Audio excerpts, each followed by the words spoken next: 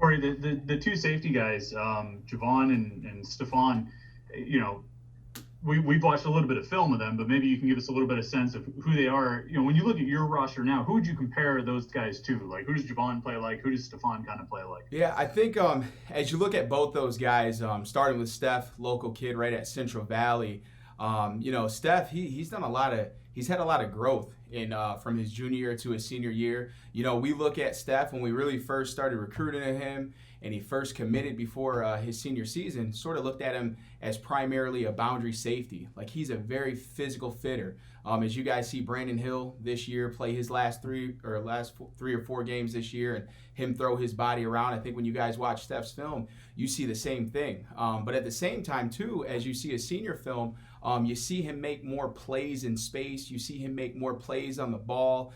You see him flip his hips and redirect and change direction, which shows you that I think he has a shot to be able to play to the field as well. So we're very excited.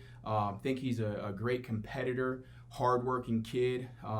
And, you're just seeing great growth out of him the last 12 months and this year out of his senior year.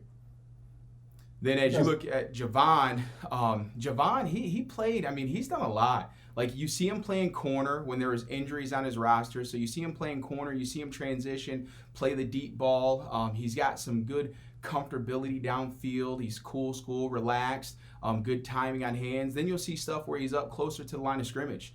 He's playing as an overhang and he's coming off the edge.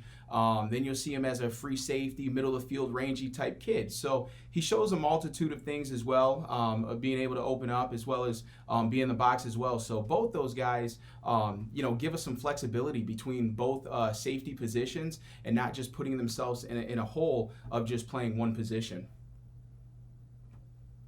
Pat mentioned with Khalil Anderson, he could probably play all four positions. Do you and Archie have to fight over him? Yeah, I know. This morning I said I got my field safety. I got my safety, Arch.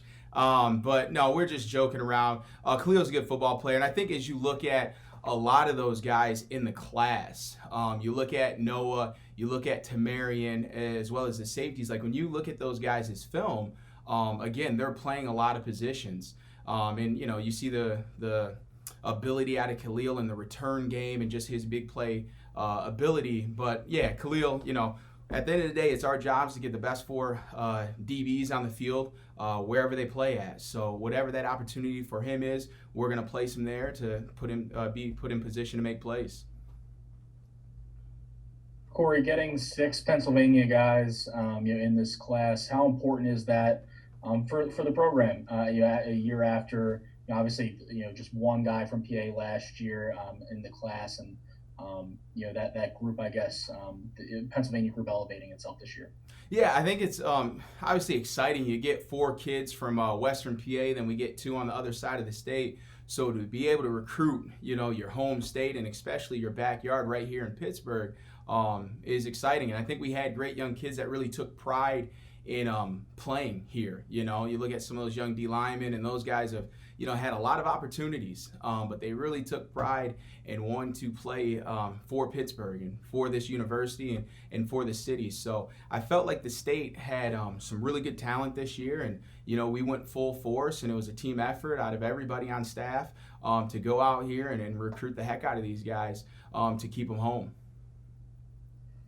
Or what was the challenge like recruiting without in-person contact, and in some cases not having guys on campus?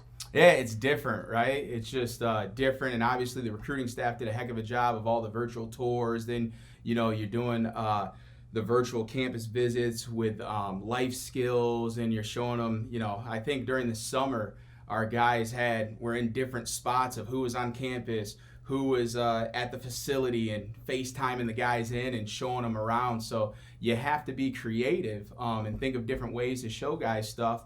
But it was unique. You have to find ways too, because this recruiting process was so different. Typically in the spring, you get out, you see them work out, then they come to your campus during the summer, if it's for camp or if it's for official visits. Then you have the season where you'll get out and be able to see them play a game. And this year it was just not able to connect with them at all, besides Zoom and over the phone. So you got to find different unique ways to continue to connect with them throughout these months. So that was the biggest thing of being creative, and things not staying stale, and staying up to speed with those guys. So it was different and unique, but guys worked hard and felt like we did a pretty good job of securing these guys and holding on to them throughout these months. Cory, it seems like a lot of the guys, when we're talking about their recruiting areas, are, like Charlie Partridge has, been recruiting South Florida for years, and, Archie in Michigan. You have the Philadelphia area. I mean, I don't know. Do you have any Philadelphia ties?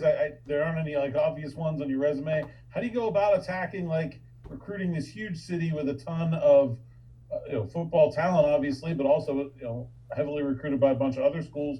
And how important can that area be for Pitt in general? Yeah, I know. It was different. Like when I first got here 3 years ago, and I'm out on the East Coast. I'm out in Philly. I'm out in South Jersey. Never recruited it there before. But the big thing is, at the end of the day, people are people and relationships are relationships. And that's a big part of recruiting, right? Having authentic, good, genuine relationships, and just getting out there. You find the people, you hit the schools, and you work hard to connect. If it's with the area guys that do the 7-on-7, if it's the guys that train the kids, if it's the high school coaches, not only connecting with the high school coaches that one time you see them in January, then you see them in April, but you got to make sure you connect them with those guys throughout the year and trying to grow and cultivate that relationship. And I think it's a big deal too as you recruit areas of trying to identify guys when they're young. And I think that stuff goes a long ways. So as you're in there, you're not just looking at those seniors or juniors, you're identifying them young and you're showing your face. You're at their workouts, you're at their basketball games, you're at all those things. So now those kids are getting very familiar with you. They're not just getting familiar with you later in the process, but very early on when they're ninth grade and sophomores. So that was a big deal when I first got into Philadelphia, and just trying to make sure anywhere anybody turned, they saw Pitt and they saw me at a game or a workout or whatever it was. So it's been great, and hopefully, getting Javon, and even last year, as you guys look at it, Michael Statham's a Delaware kid.